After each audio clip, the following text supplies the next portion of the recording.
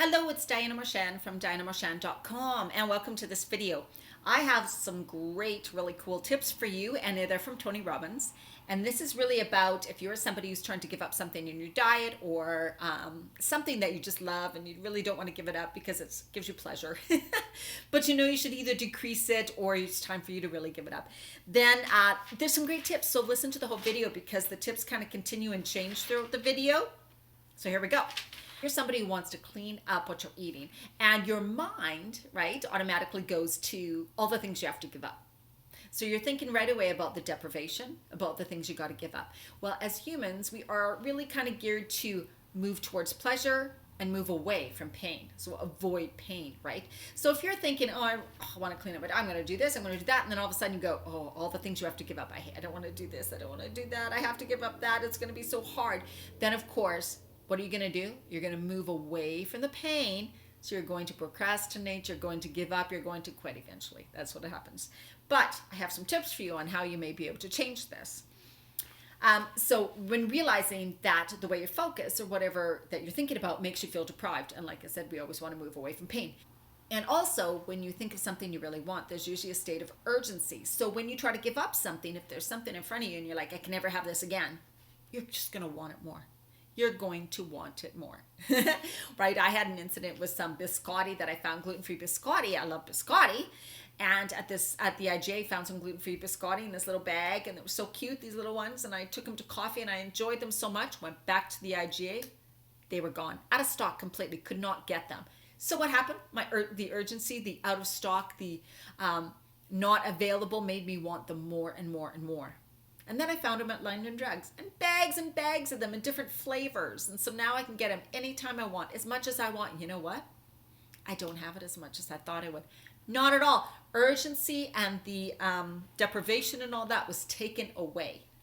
So that's a way to go too. It's like something, if you say to yourself, as soon as you start saying you can never ever have something that you really love, what's going to happen is you're going to want it more. So why not just try to decrease it? Don't deny and just say, I can have it. I can have a little bit here and there.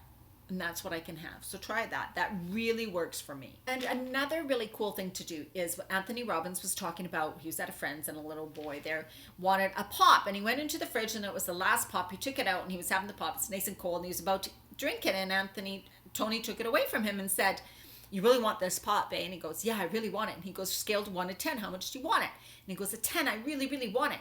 And Tony goes, why do you want it so bad? And he says, because, well, it's cold, I'm thirsty, and it's hot, and look at how good it looks, and it tastes so good. And also it's the oh no. And he goes, oh, well, is that all? Like, is that all? That's why you want it so bad? And he goes, oh, because it's the last pop. It's the only one left. Like, you got to give it back to me. And so then, scarcity. If something is scarce, it makes people want it more. And so then Tony Robbins held it longer and he goes, well, okay, so you want it really, really bad. Like, what would happen? Could you get that from 1 to 10? Could you get it down to like a 7 or a 5? Like, what do you think you could do to not want the pop as bad? And the boy thought, and he goes, well, if a friend came over and he wanted to play, then, I could go play with him. So that's like diverting your attention to something else that you want or you need to do. And then the other thing is, well, let's say if the pop was warm, it wasn't cold, or if the fridge was stocked with pop, so there's no more scarcity, right? So that makes your desire decrease. So the boy said, yeah, that would make it about a 5. And then Anthony goes, well, what would make it like a 1 or a 0?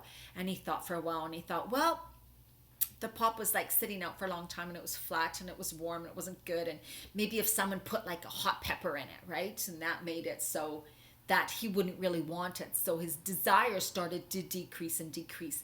And then he said, how could you make that like a -5? Like -5 where you just really don't want the pop. And he thought, that's hard. I don't know. But so he started adding things to it or changing or modifying the pop. Like, well, if there was a whole bunch of green beans in the pop, or if there was something else in the pop, or if it looked really yucky, or if there was all these things floating in it, right? So he imagined himself like not desiring the pop at all. And also you get to the point where you think something makes you sick. And if you get to the point where the image or the thought of it makes you feel sick, you will definitely avoid that. So this is a really good trick for something that you're trying to decrease eating or not eat maybe even, right? Like this happened to me. I was trying to decrease peanut butter a few years ago because I ate so much peanut butter and chocolate. It was crazy. And so I did it with peanut butter. What I imagined was, so I had the peanut butter, right? And then I actually did an NLP technique when I anchored it with touching my finger. So I love my peanut butter, right? Then I was thinking about how I love the peanut butter, and then I thought about something else. I looked at the wall, thought about the paint in the wall, change your state or whatever. Then I went back and then I imagined the peanut butter in a way that made me just shudder and not want it at all. And how that was I imagined it with like a whole bunch of hair, like a big, wet, horrible hairball mixed up in my peanut butter. You know, that hair that you pull out of your shower. So gross. I imagined that in my peanut butter. And I made my finger like this, a state. And I imagined that. And that was the anchor.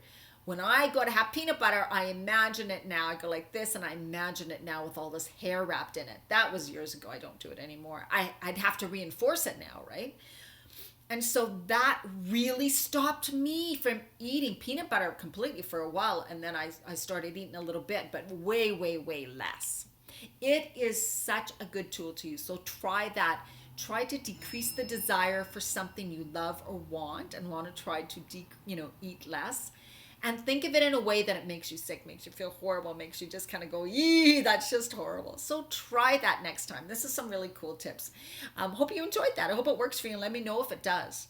And join my Facebook community, Women Creating Healthy Lives with Passion and Purpose, because there's so many more tips, recipes, videos, ideas, and fun over there. Great. Thanks. Talk to you later. Bye.